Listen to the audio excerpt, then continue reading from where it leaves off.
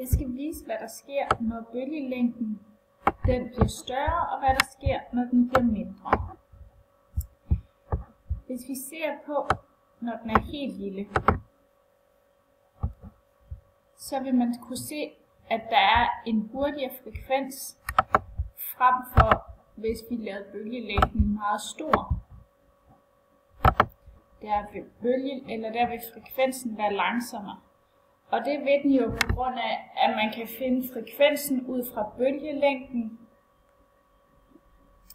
og man kan finde bølgelængden ud fra frekvensen og farten.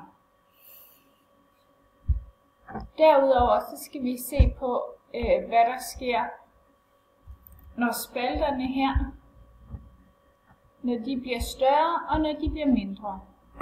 Hvis vi ser på, når de bliver mindre,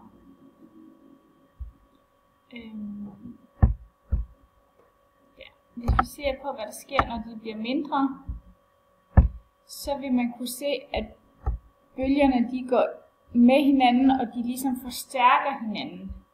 Hvorimod, hvis man lader spalterne længere fra hinanden,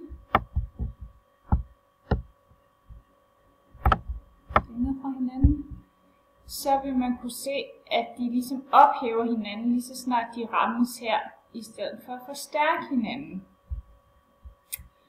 Så altså, når bølgelængden den gøres lille, så vil frekvensen stige, fordi frekvensen afhænger af bølgelængden og farten. Når bølgelængden gøres stor, så vil frekvensen falde, fordi frekvensen afhænger af bølgelængden og farten.